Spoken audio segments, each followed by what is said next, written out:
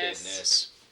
But yeah, dude, the scar. So, in Mass Effect 2, the problem is I can't talk about this too much without spoiling anything, but I'll do my best because I already know the plot of Mass Effect 2, so you're not spoiling. Right? Yeah, you said you got a little bit into 2.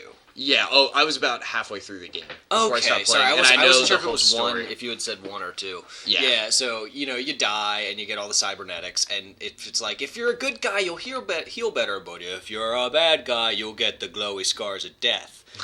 And the problem is, it was pretty.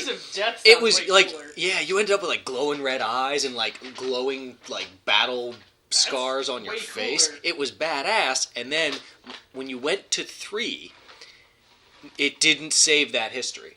Oh. And there was no explanation for it because I think their only thing that they did was in the second game you could basically spend a crap ton of platinum from their resource gathering thing to buy a machine for your med bay that would, Dr. Chakwas assured you would clear all your scars regardless. And I never did that on the Renegade playthrough because I'm like, I'm Renegade, I want to be an evil Terminator. So, and then there's a whole bunch of jokes about it's like 50,000 tons of platinum you need to make this thing. And people's like, what do you need, Dr. Chakwas, what do you need 50,000 tons of platinum for? And there's this screenshot, there's like this comic that was asking this guy, at the bottom it's like this solid platinum statue of her on a planet that says Dr. Chakwas, Queen of all medicine. But aside, what I was really pissed off about is you went into 3... And when I went to do, like, bring in my Renegade character, the scars weren't there. That's dumb. So, it's like, I think they just must have made the excuse that, we gave people the option to get rid of them, so we're not going to carry that over. But I was like, I wanted my scars! I wanted to be cool, glowing. I wanted to be glowy Terminator Doom! So, that just upset me. So... But you can have sex with an alien. You can have sex with so many aliens. So many aliens. Romance them aliens. You can, and I want, not this time, but to spend a lot of time talking about Mass Effect, probably next year when Andromeda comes out. But anyway. In that one, you'll be able to romance yourself. Oh man. Clone-mance. So I was just kind of thinking of Shepard, like, going out on a date with themselves. Just them at... a table by themselves. Like the fem-shep and male-shep? Or no, like... just either, just like fem-shep, just out to dinner by herself. Oh, okay. Just little rose on the table, flower, just standing there. There's a mirror in the other seat across the table, just being like, so... The Vane playthrough. How are you? Yes, yes. There you go. So what I wanted to talk about for this one is, I don't understand the popular game franchise Pokemon to save my life. And You're a sinner. Every time I try to get into it, I basically just feel like I'm dogfighting. And maybe I'm missing something. Maybe there's magic there that I just don't get. Okay, you're not wrong. But now I want to start from the very beginning. So I literally want to start with the first Game Boy Pokemon game. I want to go through the series, and I need an explanation of what the heck is going on. Why are all their parents gone? Why does no one care about these children?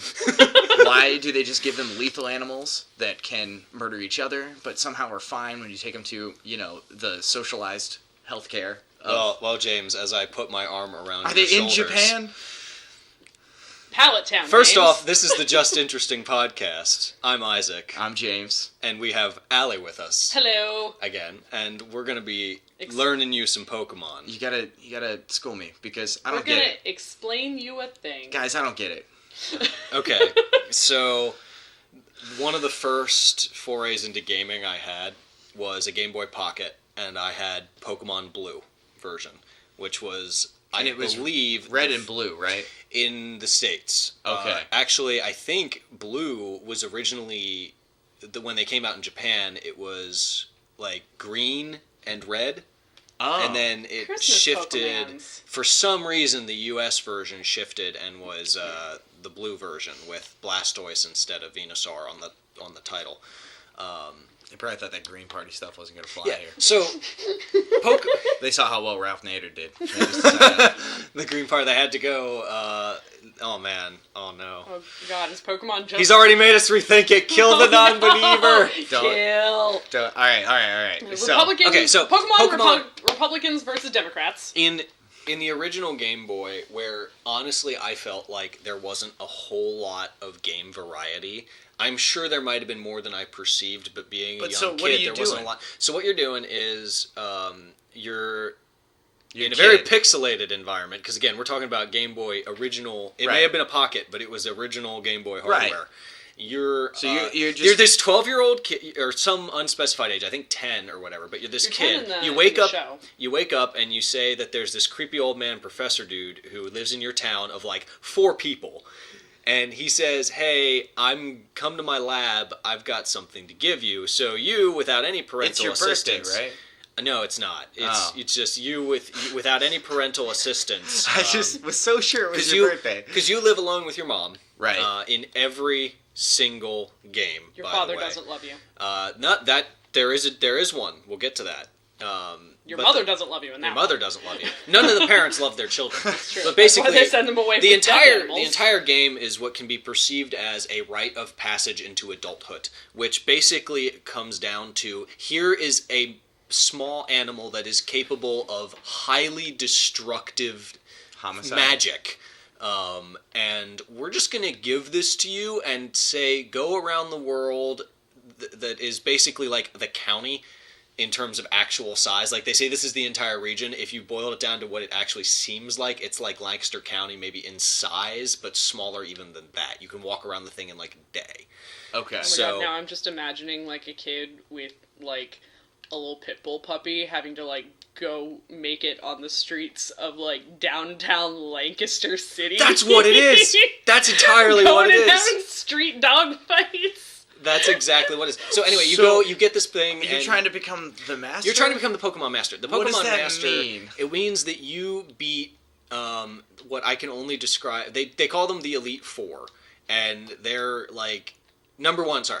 You're told you get this Pokemon, and you're told, yeah, go on a Pokemon adventure, which basically means go around this world and every little of these other creatures that you run into, take this small magical containment device, chuck it at its face after you've hurt it with this other Pokemon. So what do you have to bring their health all the way down? You have to bring their health down to a reasonable amount of sliver. What does that mean? So you do damage, and they have like what they'll show, and they didn't show this originally because it was just a black bar.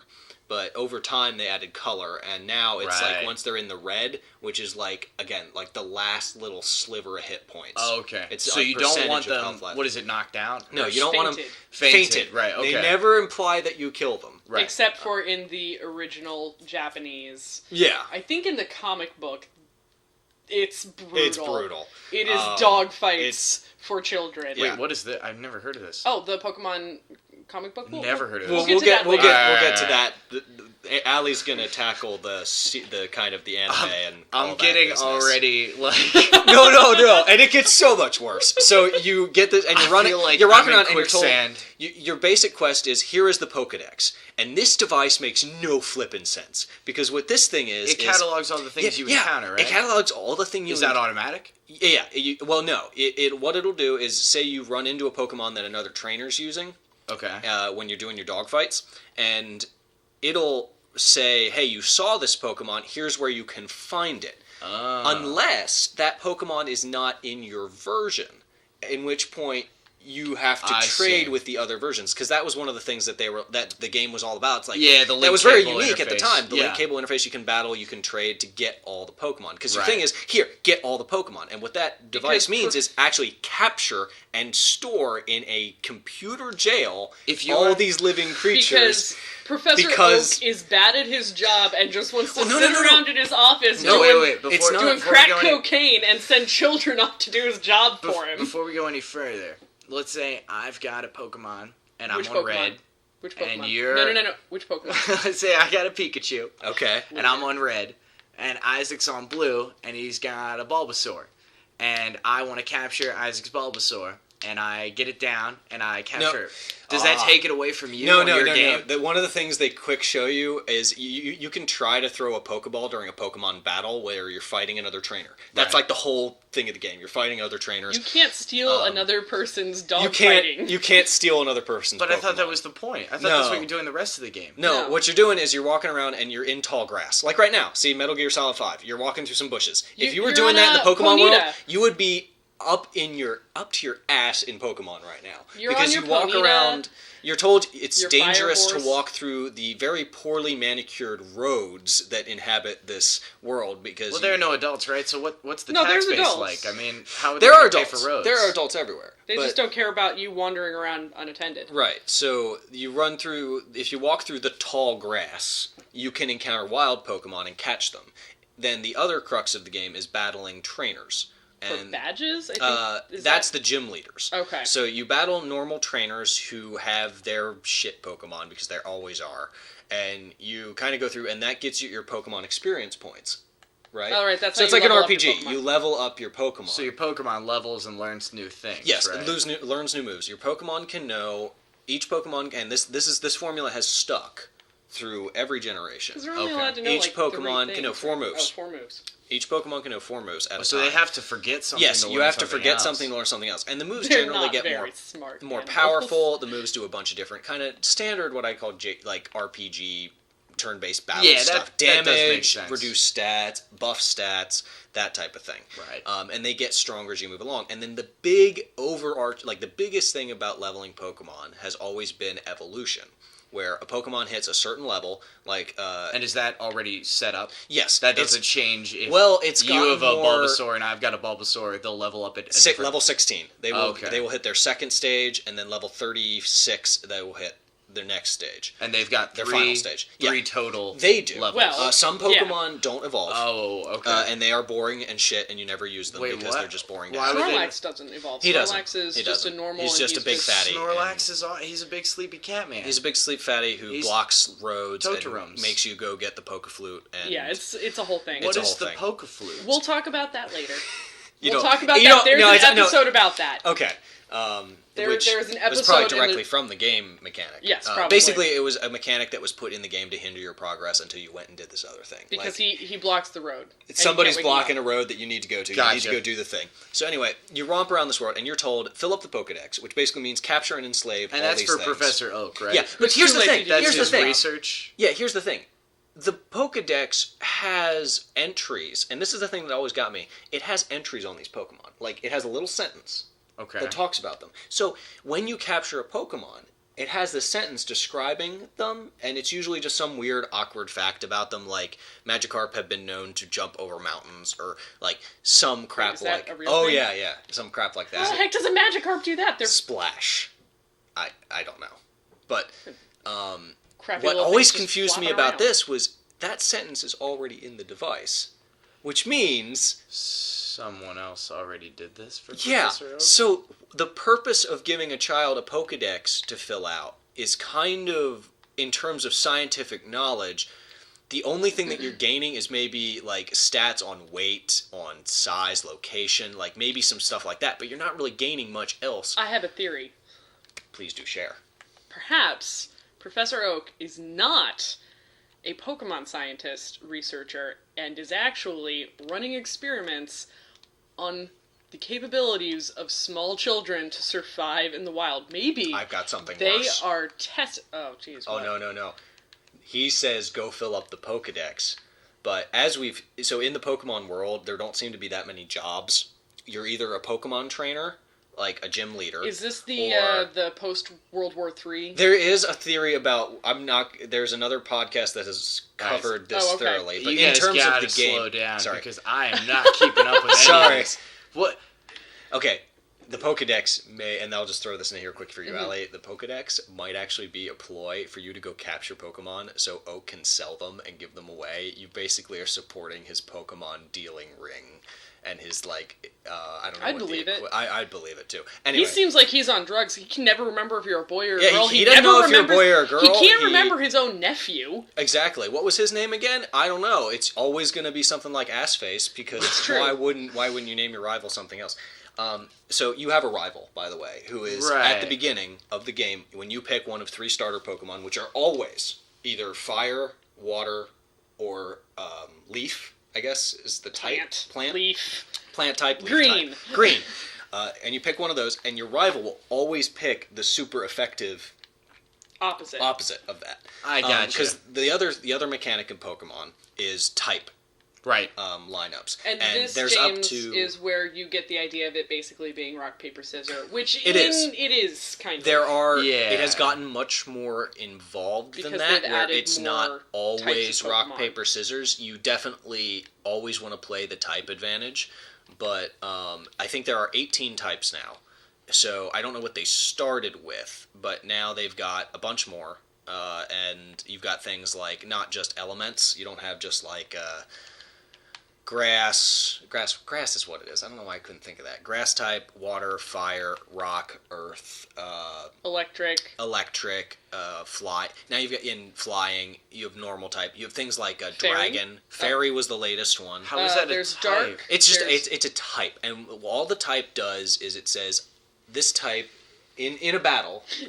Also, you just died, and I'm sorry. People can't see this, but James has now just like slumped over on the side of the couch in defeat. I don't understand how you can have fire, water, and then dragon and fairy. Yeah, well, it's a Pokemon's type, and what that matchup basically means is if I'm against...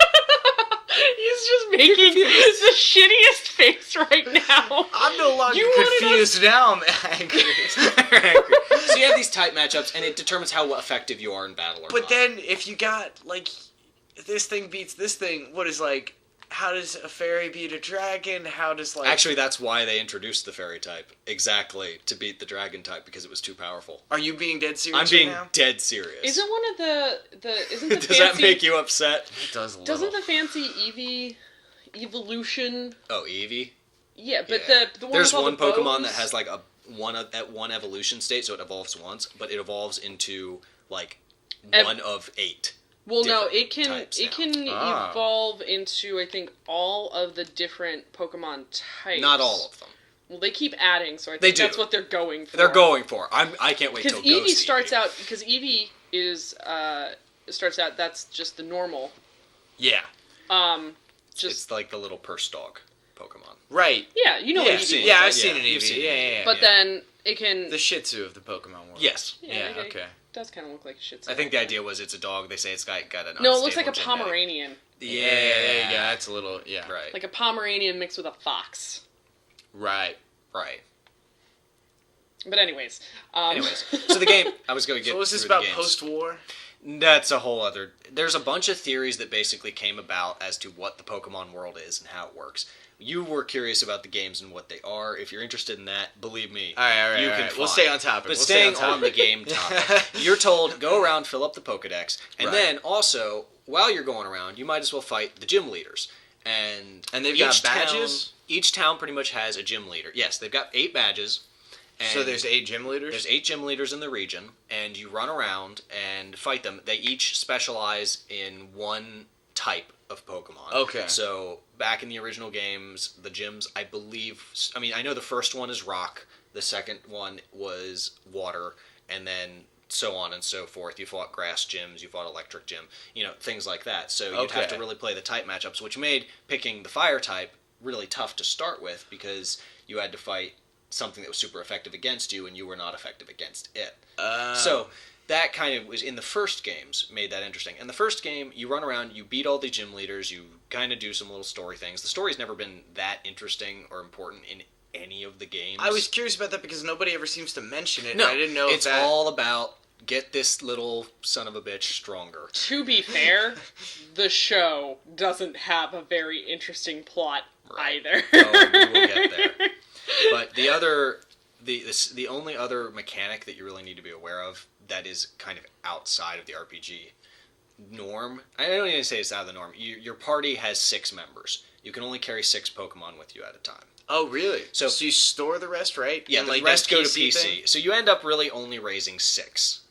because it's a pain and pointless to try to keep all your Pokemon at the same level unless you really are dedicated to finishing. Because you'd have to keep pulling them out, leveling them up, take them back. And there's only so much XP to go around. You were just and it's scooting backwards there, James. It's so much less effective to train your Pokemon off of fighting wild Pokemon than it is to fight trainers. Right. And there's a limited number of trainers in the world. Okay. So by the time you go through, you have enough to basically level and keep a 6-person team. Right. But not much else. Okay. So anyway, you beat these, and then you go fight the Elite Four, which are like gym. They're also gym leaders, but they're stronger. And you have the caveat to that is instead of just one, you fight them all in a row without going back to a Pokemon Center, which is the world's basically go and heal up your dudes. Right. So you need to carry a bunch of potions, all the bought stuff to maintain your team. Okay. It's the boss battle. It is if you lose out, you go all the way back to the beginning. Yeah, so it's basically a multi-tiered boss battle. Yes. It's a four-headed dragon boss battle where you don't get to tap out at any point. I got you. Right. You got to do it in one go. Yeah, at the end, you fight the champion, who is the guy who That's the current Pokemon Master? Yeah, who beat the last 4 of them, the current Pokemon Master. And if you beat him, great, you're the Pokemon Master. But you have to do that in each region, right? Well, no, in each game. Oh, okay, That setup that I have described is exactly how all of the Pokemon games work. Every single game is the exact same formula.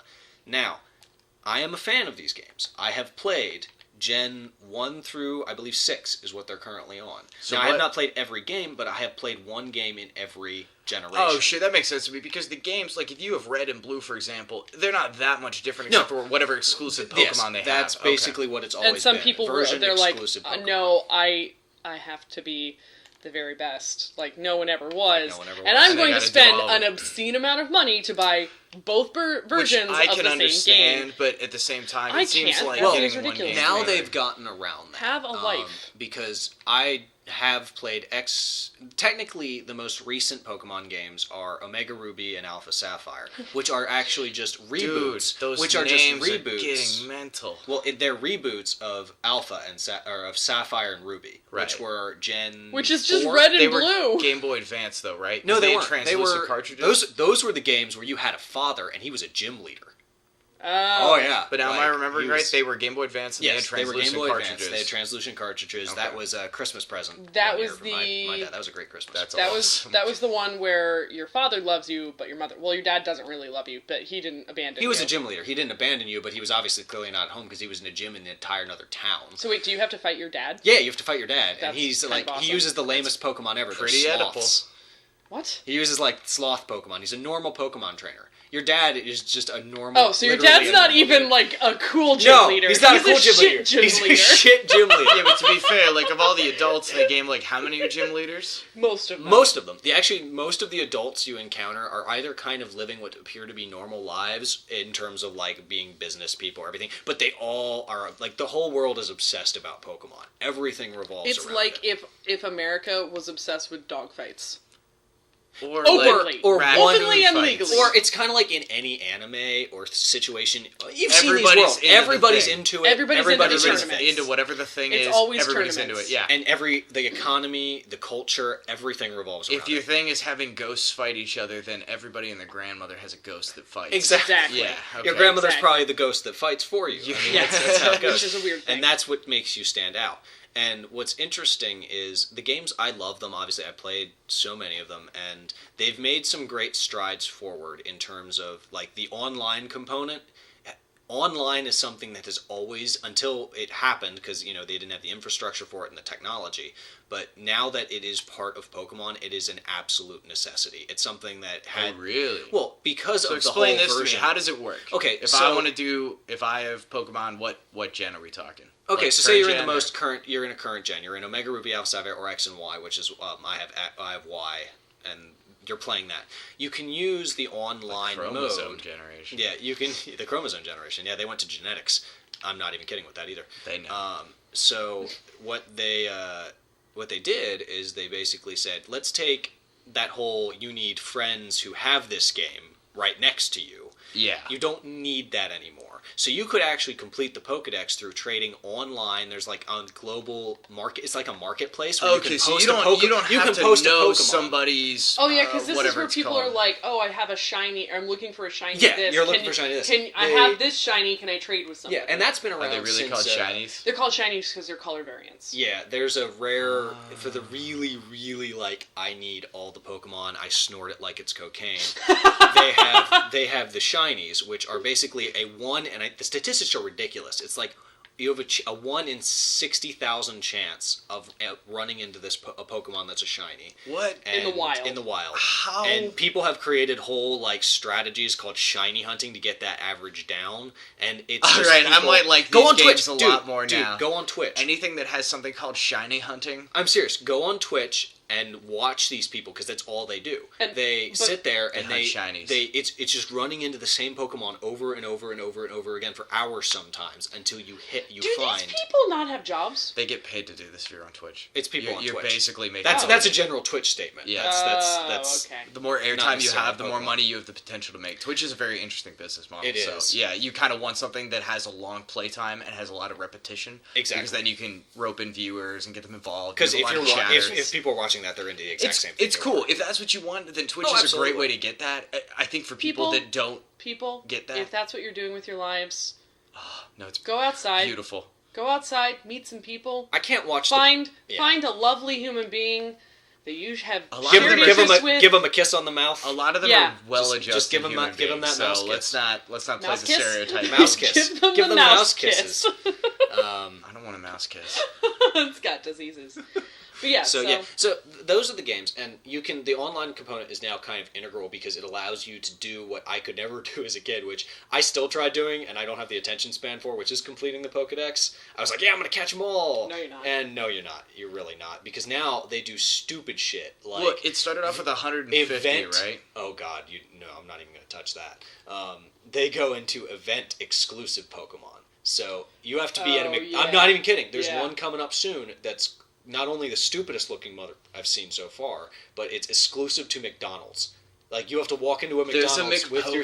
There's a McPokemon. All right, but now we're getting way off into the weeds here, literally. We are. Is there anything... Have I explained it in general concept to you? So, if you're in the older games, and there are 150? Yes. Yeah, the original, there were 150. That includes the evolution stages. It's not 150...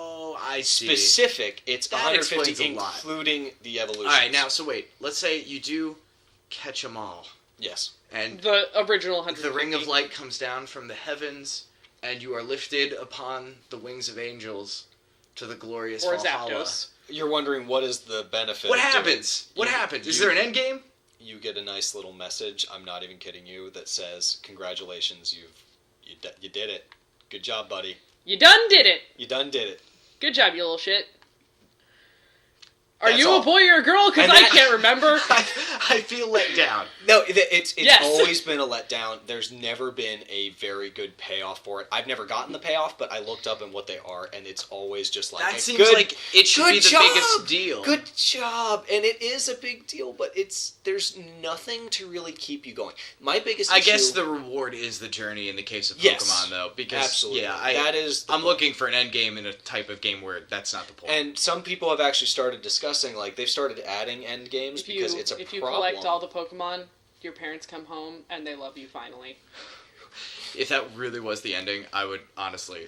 That would be amazing, actually. That would be hilarious. So, that's another problem. Like, I've never spent much time, like, after I beat the Elite Four, I'm like, okay, I'm done. I don't run around. And that would be the end of the quote-unquote game? Yeah. Okay. So, I've honestly played most of the games once.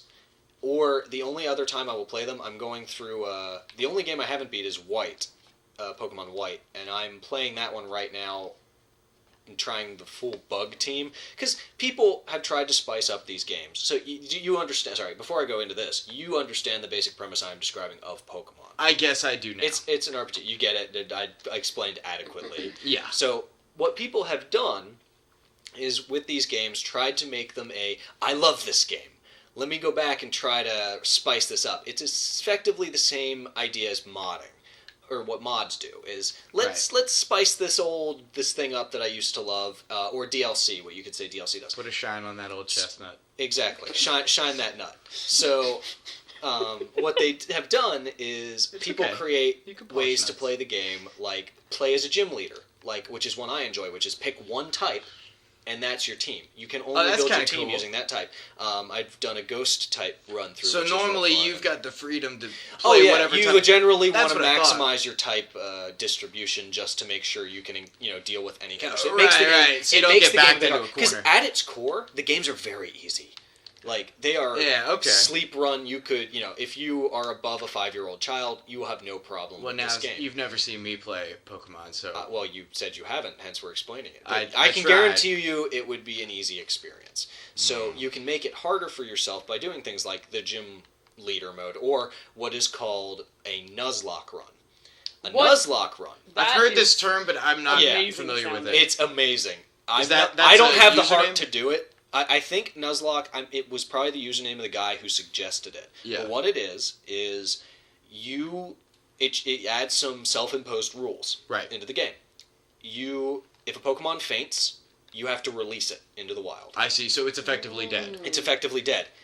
If that's the big, that makes sense, yeah, I see that. Some of them are, you can only catch one type of one Pokemon, like they'll add in other caveats, like you catch and accidentally kill your Pidgey. Right. I don't know why you have Pidgey, but okay. Yeah. If you... Our Pidgey's no good. You can never catch a Pidgey again. It's got a great name, though. No, so you only get one chance of that kind. Exactly. So there's a whole bunch of modifiers that people have come up with to make the games more interesting. And honestly, with the way Nintendo's been going with them, with online battling, matching up with people online, admittedly, their online services still need work. Nintendo's always had a big issue with online But they control parentally everything very smoothly. Yeah. I will give the Pokemon games that. If you got a 5-year-old playing online, you kind of need that game. They added a thing called Wonder Trade, which is basically Pokemon Lottery, where you give a random Pokemon up and you get a random Pokemon that someone's put in. And I've gotten everything from actual good Pokemon to what a majority of them are, which is Zubats everywhere. Yeah. Zubats there was if you follow Awkward Zombie at all, Awkward Zombie almost kind of had a comic about that. Yeah. I love her Pokemon comics. I just love her comics in general. Those are the games in general. Like I said, I've played all of them. They're fun, they're good time sinks, and they give you what I have found very little of in some other games, which is a consistent sense of progression and a consistent, I know what I'm working towards. I know what my next goal is. The stories have never been good. The motivations that you actually have for doing everything is just make this little thing that pops out of my pocket be able to beat up on other stuff harder. And then it gets into some crazy stuff with the anyways. And then you gotta keep it hard. The weird pocket part monsters, is when guys, pocket monsters. You start catching these legendary Pokemon, which are like some of them are literally God. The crux and the things that you see on the cover of every game, like Gyarados. Yeah, well, the Pokemon. No, Gyarados is not the legend. Gyarados. No. Stop it. The Pokemon that you'll see on like the covers of the games are always the legendary Pokemon, and these things have been anywhere from it's just a really powerful dragon, and they've all moved to like this created time and space. Yeah, all right. This one, I think that's when I started paying attention to Pokemon, and that's why I was a little confused. I didn't understand. This one was the ultimate weapon created in a war against time itself. The newest ones, Is that a real thing? Oh yeah. Oh my God. There was one where there were 3, because there's the 3 Pokemon that essentially, like, their epic battle created the world, or whatever. Yeah. There's a water one, a fire one, and an air So they always come out with the first 2 versions, and then almost always there will be a third one tacked on later that's like the super version of those 3. So yeah, they have a bunch of shit like that. Is this a scam to sell toys? Oh, no, it's a scam to sell the games. Because the show... however, was a scam to sell toys. I will say one more thing about Pokemon. Absolutely. Because it is the thing that I have hated since Gen 1, and I have dealt with, and I will continue to deal with it. And it's HMs. What's HMs can go suck a dick. What's an HM? Okay, so a lot of I said Pokemon can know 4 moves, right? Right. So there are two types of what they call machines in the world you can find that will teach your Pokemon moves. One is TMs, which are technical machines, which can teach your Pokemon a random move. Like Blizzard's Hyper Beam, you can teach it to a Pokemon that otherwise wouldn't be able to learn it just through leveling up. Because the Pokemon learn moves as they level up, but you can also teach them specific moves. Okay. HMs are hidden machines. And these sons of bitches, in the world, as you progress, you know how any RPG, any game will give natural, I'd say, boundaries to your progression? Maybe it's a boulder in your way that you have to smash. Or it's a Snorlax that you need to wake up. With a magic flute or whatever? Yes. Yeah, with a magic flute. Yeah, what the hell, man? Yeah. So, what the Pokemon games decided was, why don't we introduce these obstacles and have it that when you beat a gym leader at a certain stage, you can now use a specific HM move, hidden move. These are moves known as, they're called Cut, Strength, Rock Smash, Surf. Surf is a big one, which allows you to ride on water and use your Pokemon and move across water. Right. So they allow you to progress in the game. The issue with these moves is you have to replace one of your 4 moves with this move. And once you replace that move, you've lost your original move. Yes. It's gone. And won't let you they won't let you override an HM move unless you go talk to a specific dude to do it. So you need this thing to get through one point in the story. So basically, and then you gotta run back around. If you're running around with a full party of 6, yeah, you might encounter a situation where, unless you've taught and wasted these moves. Now, in that case, why not just take something like your crap Zubat and give that Zubat your Surf? And what you end up getting is a Pokemon that I literally nickname HM Slave, which is you find the one in the game that you're in. You find the Pokemon that you can.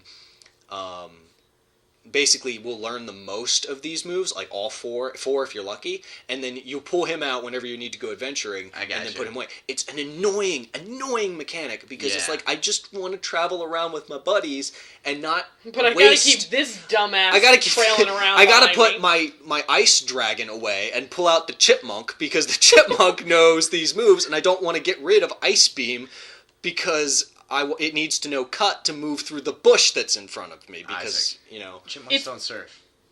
There are some that do. Bibarel knows what's up. I guess he's more of a beaver. But anyway, I have just spent a long time ranting about No, I appreciate that. Pokemon games. That actually clears up a lot for me. Do you kind of get what they're about now? I guess I did understand for the most part what was going on there. I just thought there was a lot more differentiation between the individual games in terms of mechanics, but it seems like they're basically more or less the same game. They add things here and there. Little things like contests or berries. There's always a little gimmick that's added in, but it's like an RPG. No, I'm not gonna go down the whole thing. But what I'm saying is they've always added another little gimmick, but the core. Gentlemen, we are Prop 32. This is the proposition for the legalization of berries in Palatown. So, you want a yay or nay? Yeah, so each of the games is the same core idea. They throw in little things here and there. Gotcha. So I have tried and hopefully have explained you Pokemon. That's about as good as it's going to get from me. So we will continue this next episode where Alli is going to attempt to explain the anime, and you are going to see just how disconnected and screwed up the whole thing is. It gonna be good. It gonna be good. Well, I've been James. I've been Isaac. And I've been Alli. And I hope this has been interesting. I want to go lay down.